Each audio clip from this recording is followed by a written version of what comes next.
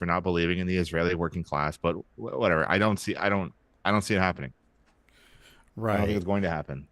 Yeah. Well, you said you had said uh you had a title idea that the workers of Gaza, right? Something.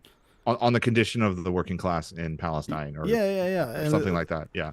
yeah, and that's like that's an interesting point with also the, is there even an Israeli working class that we've talked about on the show before? The Yeah, the thing is you have like this imported kind of uh petty bourgeois, I guess, or professional managerial class. I know like Doug doesn't like that term, but like I don't know what we would call it, but it's like, yeah, you have a weird like fascist in group and an underclass. And that's why it's an apartheid state, and not, the way people act like it's, oh no, it's two separate countries, and Palestine attacked Israel. And it's like, no, it's an apartheid state because it's effectively one state. Yeah. So like, yeah, if It's there's an a working, occupation of one over another. yeah, Like it's not like this is it's very simple and clear cut. right, There's nothing nuanced or subtle about it. right. It's only nuanced because it's just muddied waters that we that we're calling Yeah. nuance. But yeah, I if mean, there's a like, working class or an underclass, like that's Gaza. It's not the fucking workers of Israel. so the article gets into it a little further here. Since then, death rate has slowed. In reality, only because Israel's systematic destruction of Gaza's hospitals has made it harder to keep track of the number of dead. If we use the official death toll as of July 30th, which has passed 60,000, is almost certainly a drastic undercount. That No, still leaves a yeah, death rate of 91 Gazans killed per day, higher than all of but Syria. Peter Beinart pointed out this is also more Palestinians killed every day than people killed in some of history's most famous massacres, incidents that shocked the world's collective conscience and triggered a sea change in policy and attitudes. Massacres like Sharpeville in South Africa or Bloody Sunday in Ireland. yeah, So it's not just the scale of killing as much as who is being killed, right? So demographics. Uh, After a year, the number of family bloodlines that had been ended entirely, erased from Gaza's civil registry, not a single surviving relative in the family named permanently retired, was 902. 902 family bloodlines are permanently erased. This is Jeez. the lower of multiple estimates. Nearly 3,500 families have only two members left, while 1,364 had only a single survivor. At times, Israel has killed 3 or 4 generations of one family in a single airstrike. And this has happened in other wars, but not remotely on this scale. They've killed an exceptionally high proportion of civilians by September 2024, when the death toll was far smaller than it is today. More women and children had already been killed than in the equivalent period of any other conflict in the last 2 decades. Take an extremely conservative estimate, which leaves out bodies that haven't yet been identified, and accept Israel's absurd claim that it has killed 20,000 Hamas fighters, which, if true, would mean almost all the men it has killed were Hamas. As of July 30th, that would put the number of women, children, elderly, and non Hamas men killed at 64% of the total Gazan death toll. This gross underestimate would still put Gaza above the most worst conflicts of the last 70 years in terms of the percentage of non combatants killed, including Vietnam, the Yugoslav wars, Syria, and Yemen, and well above the 50% average that prevailed in wars from the 18th to the 20th century. yeah. It's really I already staggering. said that. Like, what more can you say? Yeah, It's insane. Oh, and believe me, it gets worse. yeah. The violence inflicted on children in particular has been extraordinary. Only 4 months in, Gaza had by far the worst rate of child deaths of any recent conflict, nearly 10 times that of Syria, 40 times that of Yemen. As of July 30th, that was a rate of one child killed per hour, or as UNICEF's executive director explained it, a whole classroom of children killed every day for 2 years. And that includes thousands of infants and toddlers under 2 years old. When this past June, the Gaza Health Ministry published an updated, detailed list of everyone killed in the war, arranged from youngest to oldest. It took 11 pages and 486 names to find the first child over 6 months old. Yeah, that's, It's just monstrous. And uh, It Um, it makes you feel like you can't do anything because like the US is just so much backing these people to the hilt. Um, oh, it is staggering how much they're bending over backwards for this. Yeah. And I know we've talked about this last time. Fucking Bernie and AOC continue to support the Iron Dome. They vote for the Iron Dome. Bernie is like obstructing and obfuscating this by calling it Netanyahu's war in Yeah. Gaza. He Yeah. refuses to use the word genocide because genocide is a technical term, Bro, right? It's like fuck Ronald off. Reagan said Holocaust when like Yeah, 70 people were killed or something in Lebanon. He said Holocaust that that was like day. a day of fighting. Yeah, Yeah. Like fucking Reagan can come up with that. Like it's fucking pathetic. And somehow it's like, yeah, and like, Bernie and AOC are supposed to be like the left flank of the Democratic Party and supposed to be better. And I guess they're less bad than a lot of these people, but like, um, yeah, but somehow we managed to have the two worst fucking possible presidents for this moment, right? Like yes. Biden when it started and Trump as it continues. Like it's the worst possible. Like I don't think like Obama would have just let this go on. I don't think Bush. I don't think Clinton. I don't think most presidents we've had would have just let this happen. And even if it's just like a cynical, like, no, we're the fucking superpower, we're in charge, like, uh, I I don't think that that most of these guys would let that fucking happen. Like even some modicum of like public outrage or even like optics, they just don't care. They Yeah, will not. They do not care. yeah, And it's wild. So evidence shows Gazan children have been the deliberate targets of sadism. There have been widespread reports from health professionals for more than a year of treating children who have been deliberately shot in the head, neck, chests, and testicles, saying that it appeared Israeli soldiers were using them as target practice. Israeli soldiers have used young boys as human shields. Hundreds of Gazan children have been arrested and detained in Israeli prisons. Many of them were tortured. This is alongside the regular widespread torture of detained adult Gazans, dozens of whom have died under torture. That has included the use of electric shock, attack dogs, and sexual violence so extreme it left victims hospitalized. So now 100% of the population is facing acute food insecurity. The death toll in Gaza and if children are there specifically is set to further explode. One famine expert has said all of the famine that's now started in Gaza that there is no case since World War II of starvation that has been so minutely designed and controlled, and that has already officially claimed dozens of lives. Another undercount that could be as little as 10% of the real total. So we're looking at hundreds of thousands of people are on the like are starving, and starving at a point where even if they were to get food now and medicine now, there is irreparable damage because they're starving at a there's a point now where like your body starts to consume your own organs out of yeah, survival. And dude, like I don't know how many pictures of skeletonized children that are still alive that I've had to look at in the past month, and just through scrolling. I don't even go out of my way to look for this stuff. no, It's just there, and like, how do you ignore it? How can you be yeah, so fucking callous? yeah. That thousands of children have passed the point of no return and will die or end up permanently disabled over the coming weeks and months. The UN World Food Programme's emergency director has said it's unlike anything we have seen this century, comparing it only to decades old instances of famine from the 20th century.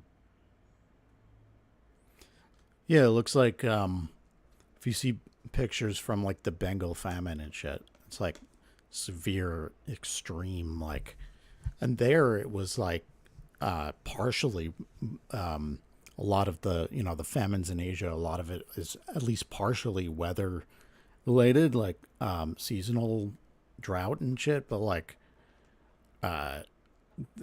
this is completely intentional. Those were too, but like this is completely Yeah.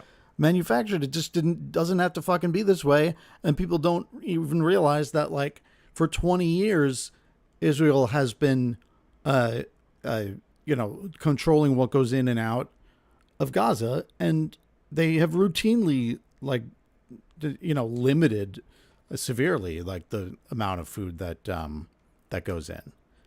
And again, it's like people, Zionists will be like, we left in 2005, and it's like, you didn't fucking leave. Like, I don't care if you left personally, you left your stolen fucking house in Gaza. Is the Israel didn't leave. They built a wall around it and control everything that goes in and out, and routinely go in and shoot people and shit. Like, don't fucking tell me you left. It's such like the just blatant lying and gaslighting and complete like manufacturing of like a parallel reality of all of this shit. It's just there's no a depth to which empire will not sink. I just didn't, I didn't think that. I just didn't think I would see like this kind of fucking horror in my life. Yeah, I thought, and live streamed in 4K to our phones, no less. Like everyone can see it. We can see what you're doing, and their solution was to like, well, we're gonna shut down TikTok then, obviously. Yeah. Like, what else are you supposed to do? Can't just. Oh, what do we do? Can we do? Our hands are tied. Not starve people. By February 2025, 92. So this is February. So this is already like 6 months ago. 92% of Gazan homes were destroyed or damaged. 2/3 of the territory's total housing stock completely annihilated. And UN is saying that we haven't seen this level of destruction since World War II. It would take until 2040 to restore if the war ended right away. And that's what they said. And they said that 14 months ago. So within only a month, thanks to the Israeli siege blocking electricity and fuel to Gaza, all 5 of its wastewater treatment plants and most of its sewage pumping stations were shut down, leading to untreated sewage contaminating coastal waters, soil, fresh water. So even before the war, like 98% of the water in Gaza was undrinkable. That was like during the siege. After a year, 70% of its water and sanitation plants were damaged or destroyed. As of this past June, 49% of its drinking water production facilities were still functional. Terms we have rarely or never heard before had to be deployed to describe what has been damaged or destroyed in Gaza. Herbicide for the 92% of primary roads and 70% of all structures. Scholasticide for the 90% of Gaza's schools and universities. Domicide for the majority of households that have experienced the complete destruction of their homes. Ecocide for what the UN calls unprecedented and possibly irreversible damage to its natural ecosystems. Now, I remember seeing footage before the war of Israelis dumping cement into the very few natural aquifers in Gaza to prevent groundwater from being used to harvest and farm crops inside Gaza and the West Bank and stuff. That ecocide includes 83% damage to Gaza's cropland, killing of 95% of its cattle, roughly 2/5 of its sheep and goats. Northern Gaza, once 2/3 agricultural land, has been turned into a wasteland. Together with the bombing of its only wheat mill, the closing of every one of its bakeries, and the destruction of 72% of its fishing fleet and overall closure of its fishing sector, it represents the annihilation of Gaza's ability to feed itself now and in the future. Yeah, and then they say, and again, this is they've been systematically crippling the infrastructure and environment of Gaza for decades, but then they turn around and say, like, look, they can't even build up a society. All they want to do is build bombs, and it's like, bro, what happened to the airport? Huh? What happened to the Gaza International Airport? Did it fucking they blew it up in 2006. Yeah. Yeah, well, why don't you fly to Gaza and join? I was like, well, they blew up the airport. Yeah. And so I guess it is fitting that we talk about, we finally take stock of the destruction in Gaza on the 80th anniversary of the Nagasaki nuclear bombing.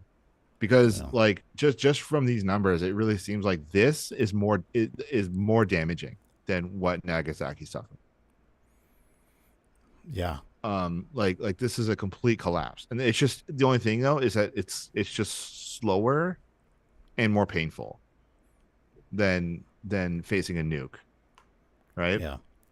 It's also stateless people who have again been, under occupation and repression for decades, and they don't have you know they don't have a nation surrounding them that's going to help rebuild. They don't have, the U.S. drop the bombs and then I guess at least helped rebuild in Japan and helped Japan like become a much stronger country, but like that's not. I don't see it happening, at least in Gaza, and they're not part of a country that's going to be able to help. They're again effectively part of Israel, and Israel's just going to keep doing this. I mean, like, here's a section here. On the lower end of estimates, Israel's dropped more than 70,000 tons of bombs on Gaza since the start of the war.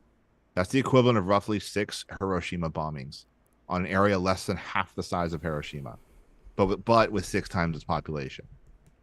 So you could do some quick napkin math. You could probably estimate like how many people are actually dead, and I guarantee it's probably 10 times that of the 60,000 death toll that we're getting. Yeah. Oh yeah, it's definitely over 500,000, and like,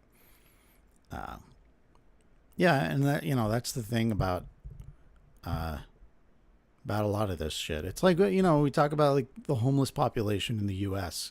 I was thinking about today, and the count reached like 770,000 or something last year, which was like an 18% increase over a year, I think, like maybe a couple of years. So like, thanks Biden. But when I think about that, I'm like, there's no way. Like it's got to be fucking impossible to actually get an accurate count of the homeless population. So if they have 770,000, it's easily over 1 million.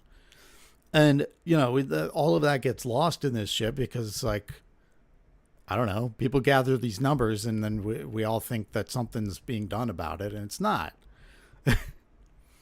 Yeah, and the hue and cry over the military operation in Ukraine, which again we should oppose, but to say that it's comparable is very strange.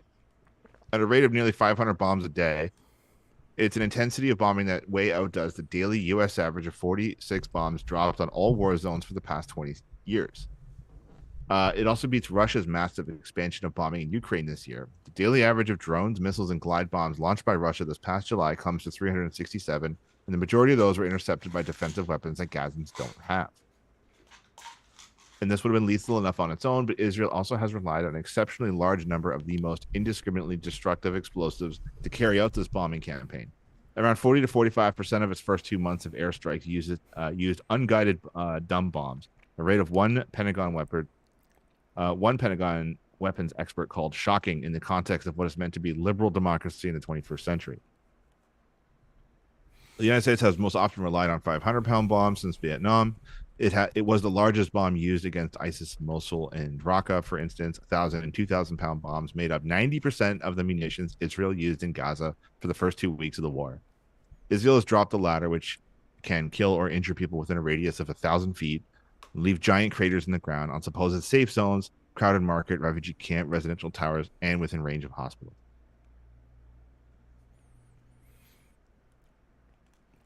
Yeah, you don't do this amount of destruction and killing by accident. And that's just what we've been told over and over. Well, they're not trying to kill people. They're actually trying not to kill people. And it's just...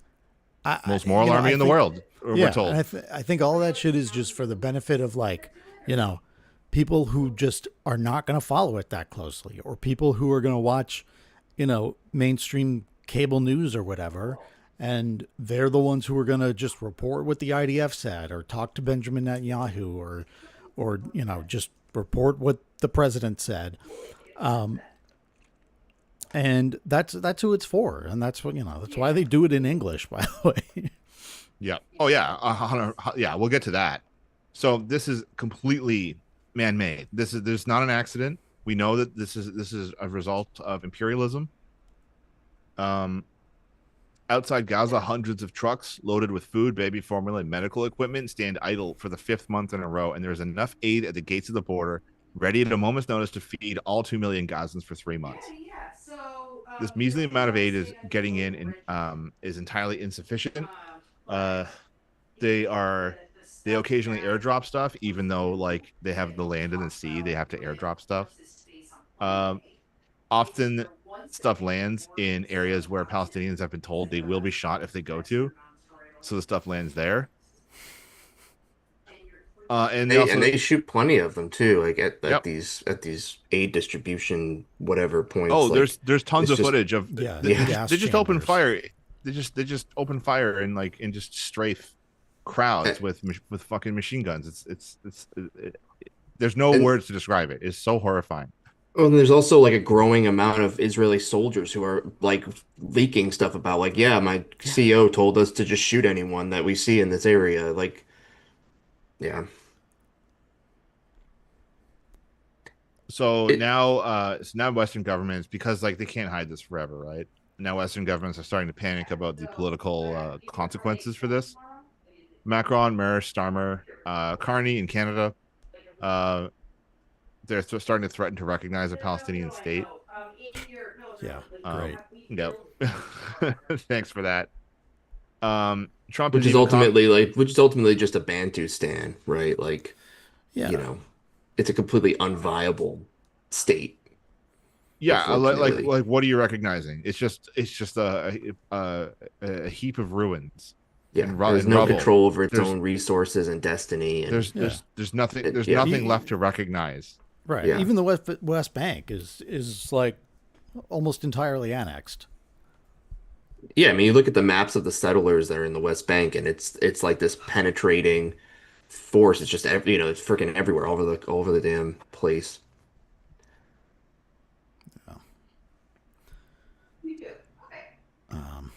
Um, Yeah, there's a UN General Assembly coming up in September.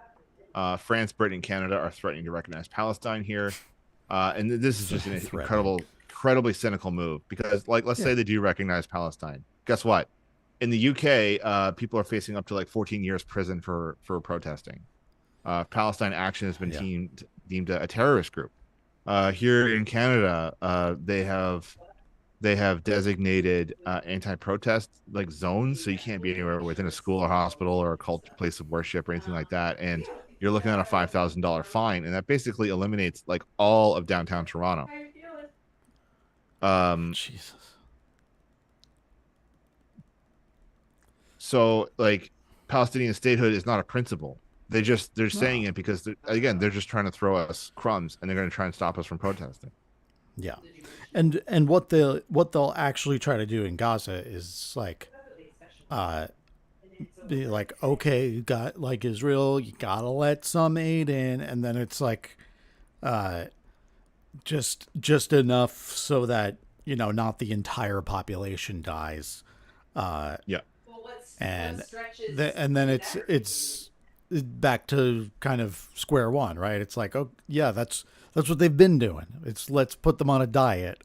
We're gonna limit what goes in, and that's what they're left with.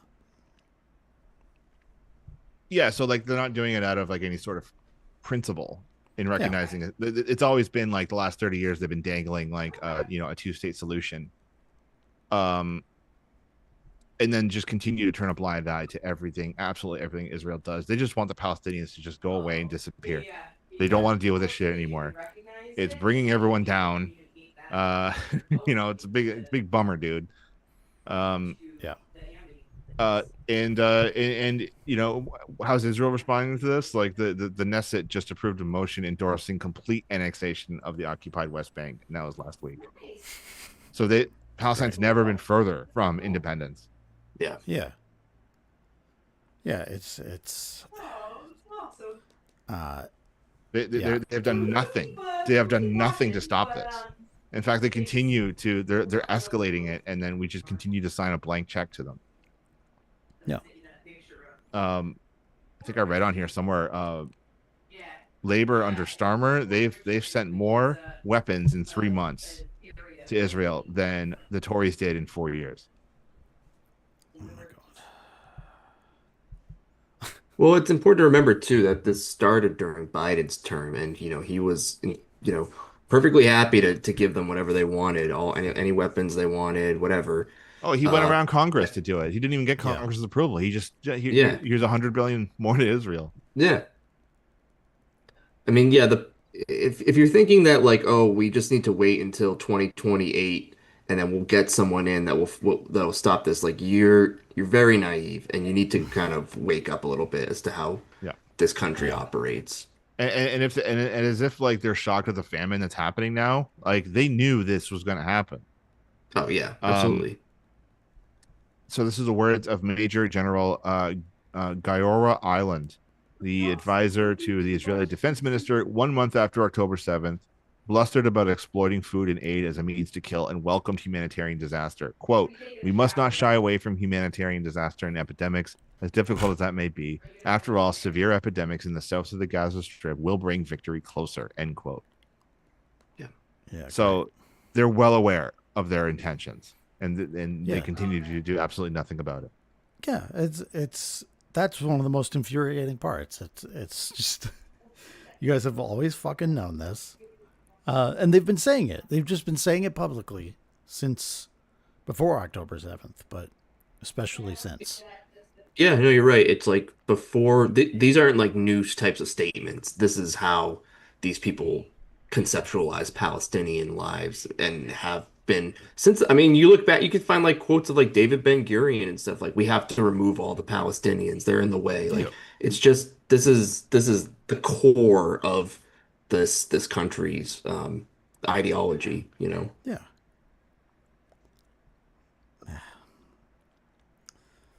So this article seems to think that there is unrest coming on the horizon. We have to make it clear they are the ones who have caused this famine, and that this move is a product of panic and fear of revolutionary repercussions. Netanyahu's political survival depends on keeping this war going, but his actions are increasingly putting his backers in an impossible position. Not because it hurts their conscience, but because the undeniably horrifying scenes of genocide are stirring up the only force that could force the West to withdraw support for these war crimes, the masses. In the Middle East, anger could boil over any minute. Egypt is simmering with discontent, with Sisi clamping down on anything with the potential to spark a mass movement against the genocide.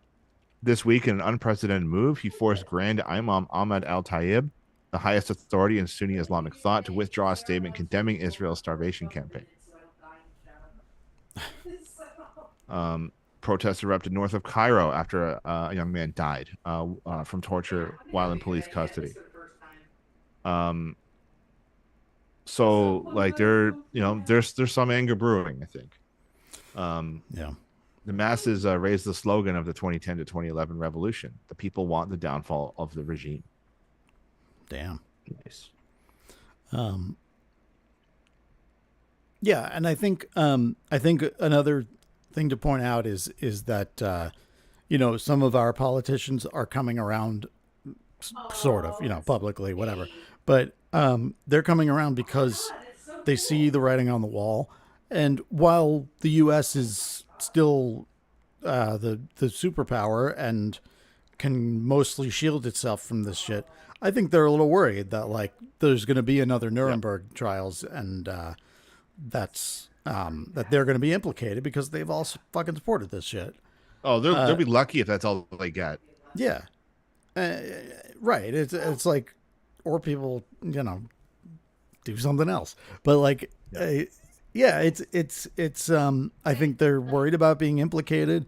I think that's why even like, Bernie Sanders won't say genocide. None of them want to say genocide, because if it's genocide, then you've supported genocide for 2 years. Yeah, exactly. Yeah. Yeah. So thousands are drawing these conclusions every day. Support for Palestine has never been higher. A recent Gallup poll shows that approval of Israel's actions in Gaza has reached a record low since the beginning of the war. Yeah, I think that So, that's what's I think that's what becomes so frustrating about this is that popular sentiment and being being against Zionism, like that's all growing in like a really relatively quick pace. Like, if you think about over the previous decade, right? Like people are becoming aware of the monstrosity of this regime. But it's just like right now, like we don't have enough I don't know, we don't have like the maybe our strategy or something. Like, but we have the support of people, but we don't have like a viable path right now to end this. I think you made a good point bringing up stuff like in Egypt and the related countries, because I think that those, if there were revolutions in some of those countries, like they would absolutely change the game on the ground, like if Egypt just starts sending freaking aid through the border and being like, fuck you, what are you gonna do about it? Right. That's the type of thing we got to get to, but it's yeah, it's very frustrating. Yeah. Again, it feels like things are in a way like some things feel like they're moving in a positive direction, but then you look at like just what's happening and it's just horror without an end right now. Right. Yeah. Yeah. And I mean, I don't know. I mean, I guess I'm sure that's what the world wars felt like. Yeah. Yeah, it's a What good like the point. Civil War felt like. And it's Yeah. like, Even the peak of the Cold War, right? Like imagine like you were minutes away from nuclear annihilation at any given moment. Yeah. That must have been terrifying. Especially, yeah, just to connect it explicitly, like, yeah, like the numbers of people in like Europe and the United States and stuff that were against a nuclear war was quite large, but yeah, you're right. It's like, you know, it kind of had to play itself out. right. And it's like sometimes you have a better outcome on the other end, ended Yeah. slavery, killed Hitler. Like, I mean, like that is it's a very convenient narrative when there's a clear cut villain. But yeah, like in this case, there's the villain that we're backing, like unquestionably. Yeah. yeah. And And you're an anti. I think like for the first time too, culturally, like we always knew this, but from a cultural point of view, like in the general masses, like zeitgeist and class consciousness, for the first time, criticizing Israel does not automatically label you an anti-Semite. right, As hard as they're trying, it's the people in power who keep trying to claim that, and their credibility is just decreasing by the day. You know what I Hmm. right, mean? right. Yeah. Yeah, well, it's however you feel about like Mamdani and the DSA. It's like they're trying to pull like the Corbyn move on him, and I don't think it's working. It remains to be seen, but I think that's pretty interesting. That like I think it's not quite the same as what they did with Bernie, but like let's say this Mamdani race was happening 5 years ago. I think it might have worked. I think he might have gone the Yes, way of Corbyn, where he just I think so. Yeah, Yeah, I think you got a good point. Corbyn's Yeah. mistake was acknowledging it and apologizing for it rather than just being just shrugging it off. That's what Yeah. and now we see, yeah, shrug off dumbass accusations of anti-Semitism. You totally can do that now. yeah. You probably couldn't do that 5 years ago. I think you're right. So speaking of credibility of those in power, let's move on because we haven't actually talked about this on the pod yet. Let's have a little bit more fun. And what's more fun than you know, child trafficking, but also like those in power squirming. Yeah, Jesus You Christ, know, dude. we've always known Trump was involved with Epstein. They've always been close, but for some reason, this time around, this seems to be sticking and is not going away. Yeah. So, Yeah. I mean, that's what's so crazy about this story to me is that, first of all, I didn't even remember this, but like 10 years ago, literally like in 2015, before like when he started his campaign, like not even in 2016 yet, there are clips of Trump talking about Epstein and Bill Clinton and Bill Clinton going to the island and shit. And it's like, it's crazy how he used it against the Democrats, and I think that it kind of stuck with the Democrats back then, and with sort of like Democrat associated people like Bill Gates or whatever. And everyone was associating it with the Clintons, especially because you look at like the flight logs. Trump's, I don't think was in the flight logs, but Bill Clinton was in it 27 times or whatever. So it did seem like this thing where like, okay, yeah, Trump definitely knew this guy and that's sus enough. But it seems like Bill Clinton was the guy who was really in deep. But that, and that's why, like, I don't know if you guys remember differently. When Jeffrey Epstein died, I don't think we were all like, oh, Trump had him killed. Like, I don't think that was the prevailing narrative. I think it was just like, what happened? Was it like a CIA thing or whatever? Well, Trump was president when he was killed, right? and now he's protecting. For some reason, now he's protecting Maxwell. Right. And that's why, like, crazy. for some reason that didn't like click for me, at least at the time. But now looking back at, like, remember when Ghislaine Maxwell was arrested, and people asked him about it. He was like, hey, well, I wish her well. And that was like a scandal at the time. And there was an interview a couple days later where this guy was asking him about, like, why would you say that? And he's like, I don't know. I wish her well. I wish you well. I wish a lot of people well. And it's like, but like at the time it was just like, okay, this guy's so fucking weird. But looking back, you see that again. And it's like, oh, he fucking killed Epstein himself. Like this is absolutely what happened. And he's not saying, and he refuses to say anything bad about Maxwell because he knows that she has all the fucking dirt on him. Yeah. It's like clearly what's happening because just the way he's reacted.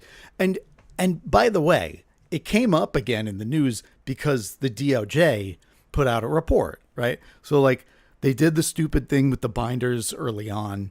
That was nothing. There was nothing in there. But but more recently, it came up again because the DOJ put out a report that was like, we've concluded that Epstein killed himself, and there's no real like client list, and we're closing the investigation, whatever the fuck it was. Yeah. So that's why the news was talking about it. But even though it was coming from the Trump administration, when they asked Trump about it, he's like, why are you still talking about this guy? Like, where's this coming from? Like, dude, it's so amazing. Because he just keeps digging the hole deeper and deeper. Like now he's talking about, I will get to an article in a second, but I'm just doing like my type 5 about, but now, oh fuck, what was it? Well, anyway, there's like the Maxwell meetings now with Trump's former lawyer, who I guess he just made like assistant attorney general or something, or like deputy attorney general. So it's just Trump's lawyer going to talk with Ghislaine Maxwell's lawyer and making some fucking deal. Where Maxwell has now said that Trump never did anything wrong around me. What's the problem? And then they immediately moved her to some like low security fucking prison that no sex offenders apparently get to be in these fucking things. Yeah. I love the fact that Attorney General Pam Bondi confidently stated that she had the client list sitting on her desk. Right. And then, like, within 24 hours, she's like, actually, no, there's nothing to see here. Yeah. Epstein totally killed himself. Department of Justice releases a video of his prison cell with a minute of footage deleted.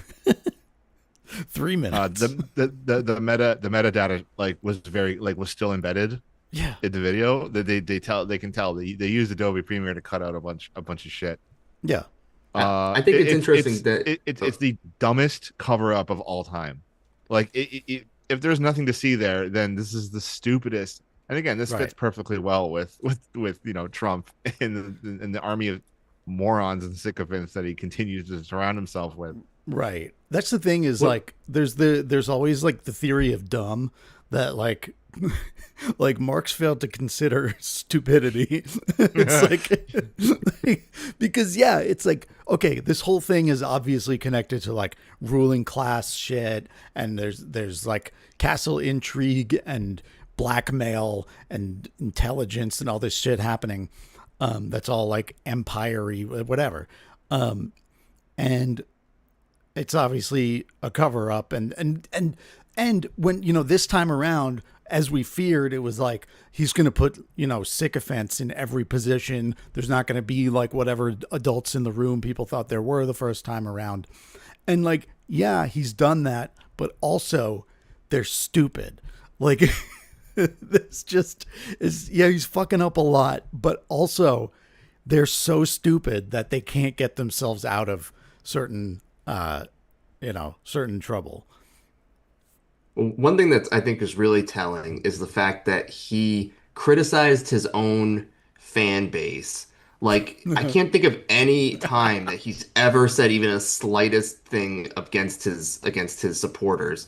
And this is the first time he's like, you guys are at, I forget what the wording was, but it was just like, you guys are stupid and why are you focusing on this? Like, it's the first time he's ever done anything like that. So, I mean, heck, like he didn't even like say anything about the Charlottesville protesters with the fucking Nazi flags and shit like that, which is just like Right. an easy layup, to like gain like, some sort of like political points with like the more independent crowd and stuff like that. But it's just like, no, there's good people there.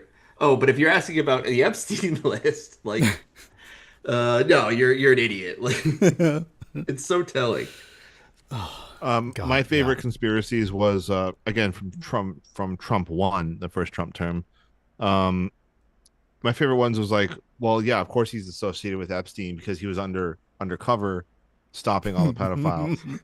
Yeah, that's kind of gone away, hasn't it? He had to participate. Like they're not even twisting that now.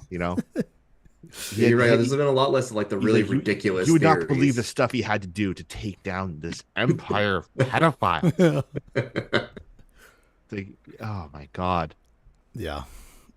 Um, the hypersexualization of Trump is one of the funniest things to come out of this. yeah, Like that's like like Trump as a phenomenon has no right to be this funny.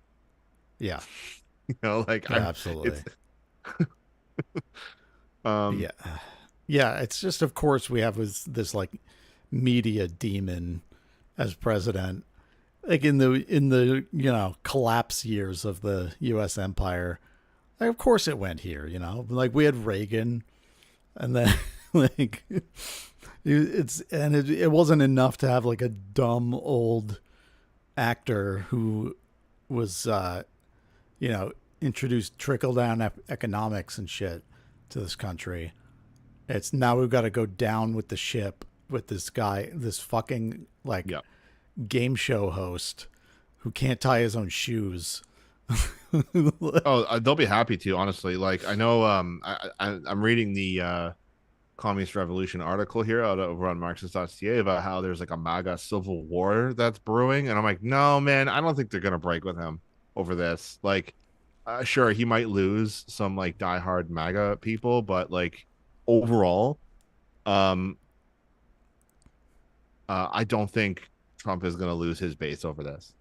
Like, you've come all this way, you're not gonna abandon your boy now, Yeah, I mean, yeah, I tend to agree. I am a little intrigued by how some people have reacted. Where it really like I've heard some of these people talk and like I've never been like the fever's gonna break kind of guy, but like some of these people talk and it's like this sounds like a person whose world just shattered. Like legitimately, they're like, oh man, this is like did you see the guy who called into Glenn Beck's show?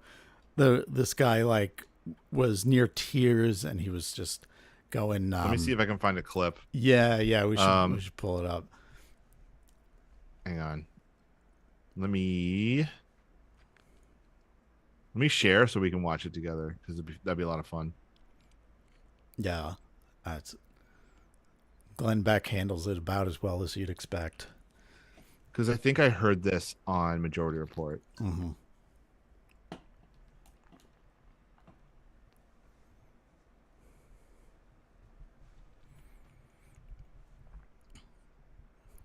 So that's, some viewers may be surprised to know that Glenn Beck still has a show. I am actually surprised to hear that. Oh, that's right. He's got his own like weird independent thing now. Yep. Do you remember when it came out? Um, MAGA caller cries on Glenn Beck talk show. That's got to be, yeah. Maybe that's it. 2 weeks. Yeah, that's probably right.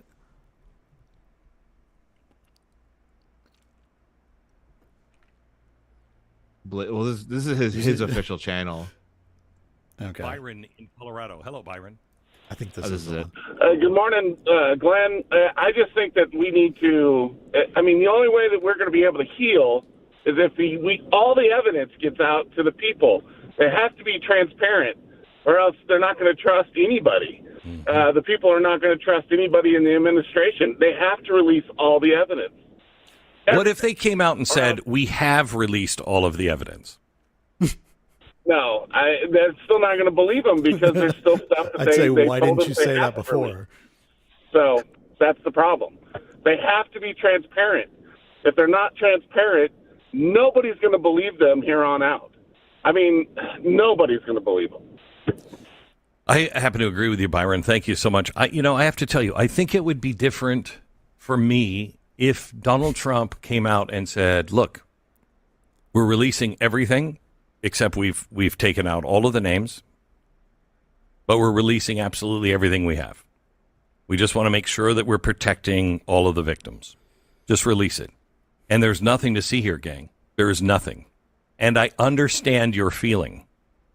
The attack that is being levied on really the supporters of Donald Trump is confusing to me. It only makes it worse because Donald Trump knows his audience. He knows us. Why would he I've do never this? seen anybody intuit a group of people better than Donald Trump. And this is so unlike Donald Trump saying, nobody cares about this. Nobody's talking about it. President Trump, everybody's talking about this. Oh, you're saying something? Oh yeah, he was like, I've never seen Trump, or like Trump can like, work an audience so well. Whatever it was, I was like, dude, yeah, he manipulates you. Like that's why you can go, I don't know why he's doing this. It's so confusing. Instead of just the obvious thing right in front of you. Like, can you imagine if Biden or Obama did this? They'd be shitting themselves. Yeah. Like frothing at the mouth. I'm trying to find apparently there's a caller that breaks down in this clip. I thought it was Byron. Christy in Texas. Hello, Christy. Hi. Hey. Well, I think as Christians who believe in a higher power and a higher law, we have to ask ourselves how we personally come at this.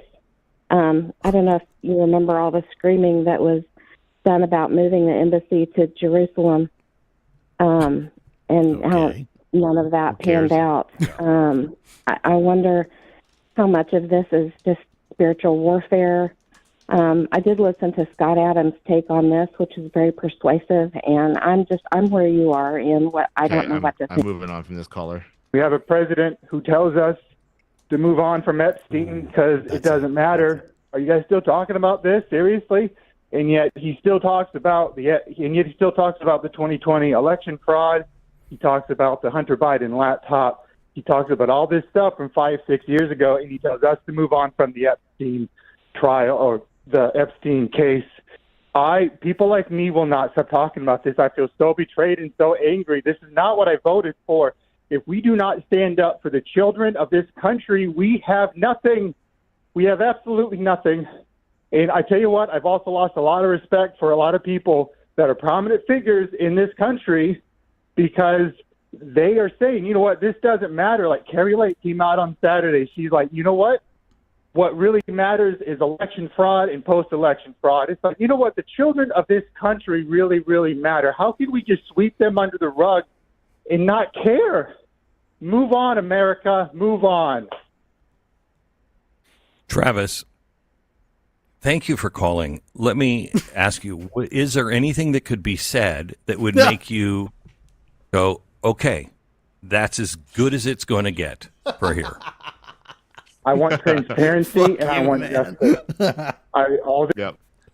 Even Charlie Kirk, there's a soundbite of him, Charlie Kirk going, "Well, I trust my friends in the government."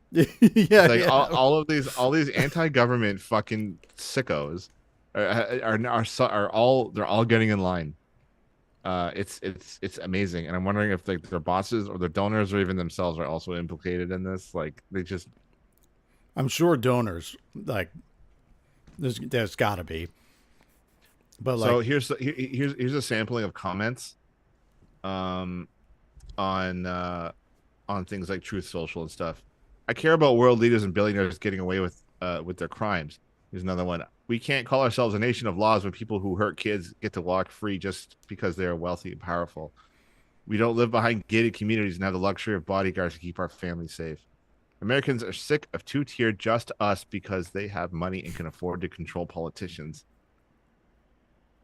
That's a pretty good pun for a Trump supporter.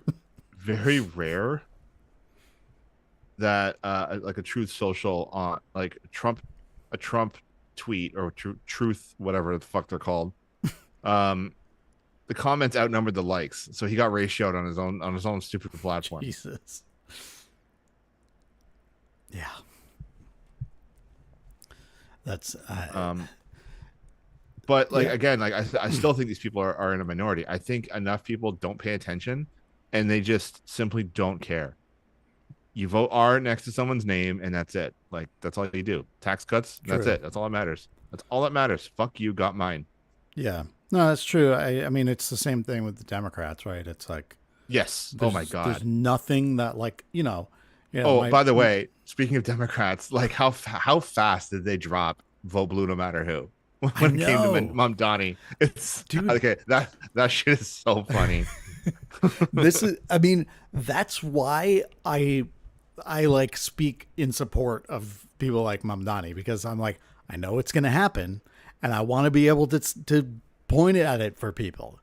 And because people were excited about him. That's where people are. And to be able to say like, yeah, he's, these reforms would be fine. And, but there's gonna, even if he gets elected, there's gonna be a wall he hits with what the party and the capitalists will even allow to happen. And I want to be able to be there and to point at it and say, look, this is your fucking enemy. Yeah, exactly.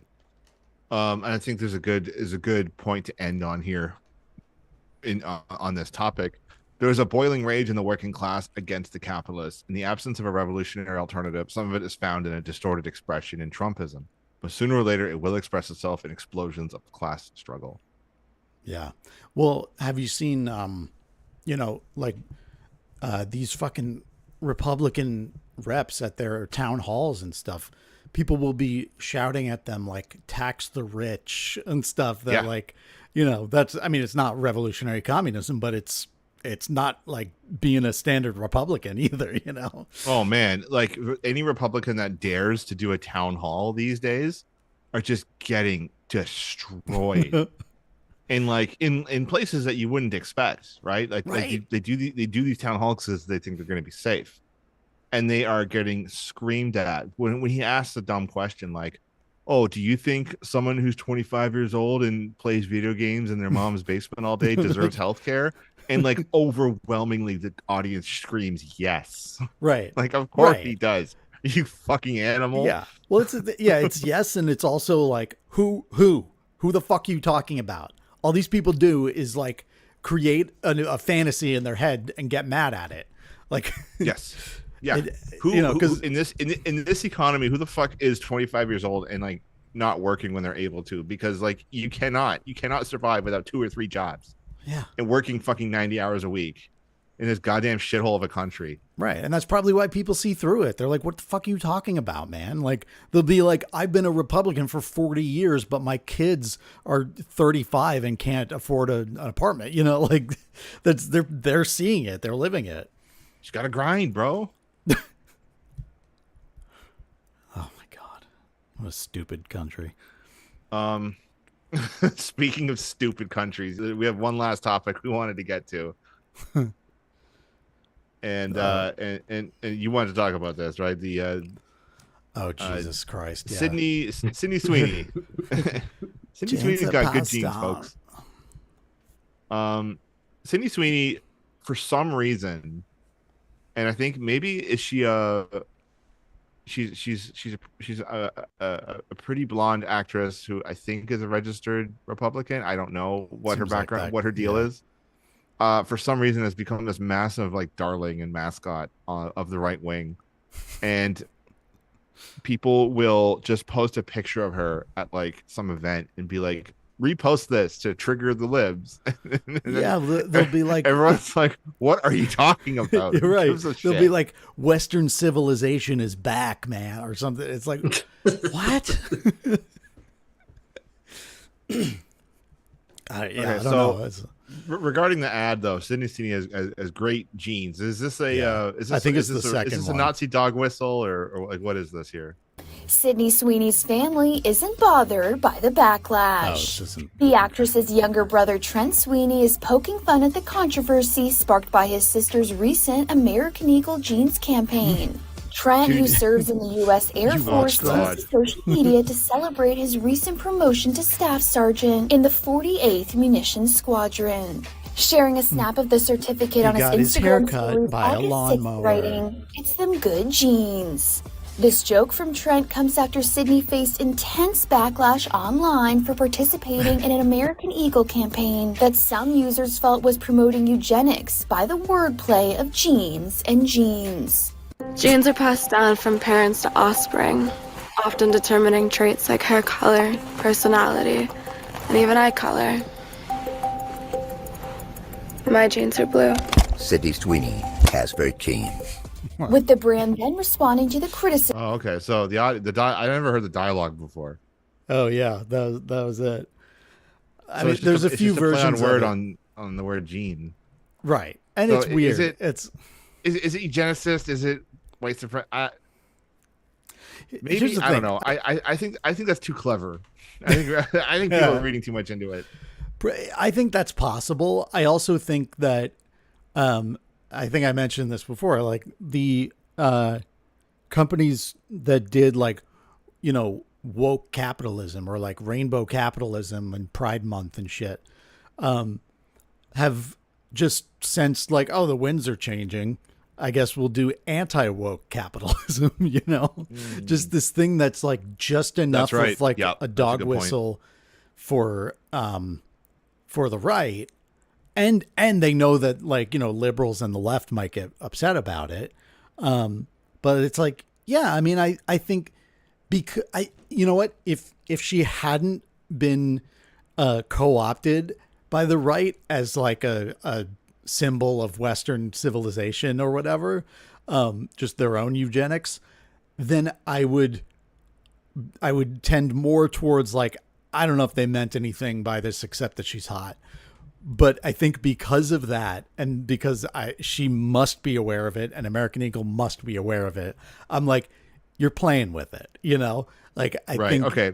So what you're saying is like, she never would have gotten this job with American Eagle if this whole controversy wasn't around her. Right. If the right didn't latch onto her. And so this is another manufactured piece of bullshit. It's, you know, right-wing identity politics is what I said in the chat there. Yeah.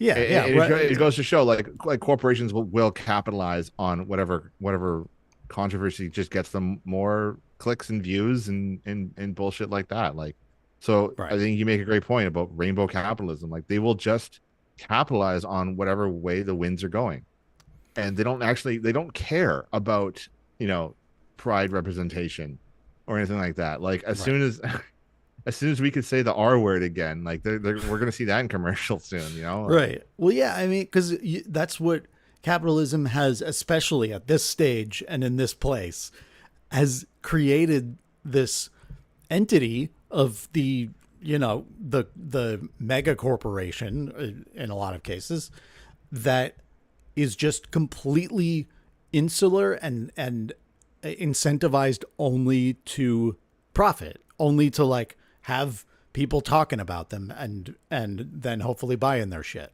And so like, yeah, you have created this thing where like these are multinational corporations, and governments basically serve them. They're not like, part of any sort of community. They're not even part of a country where it's like, yeah, Exxon Mobil, we're proud to pay taxes to Uncle Sam or what, like it's not nationalism. It's none of that shit. It is just completely, morally bankrupt, profit seeking on the largest scale that's ever existed. Yeah, and so I think on that note, I think we can call it a night here. That's just another stupid controversy to distract the piglets while Gaza burns and we march ever towards nuclear annihilation. Cool. So thanks for tuning in, folks. We'll catch you another time on the Left Opposition podcast. Don't forget to subscribe to our Patreon. Go check out Joe over at Radicalize Me on YouTube and Twitch. Hey. Check me out, Marxist Archaeologist on Twitch. Sooner or later, we are still planning some theory episodes. I've got something planned for. Nice. I want to read one of my favorite texts.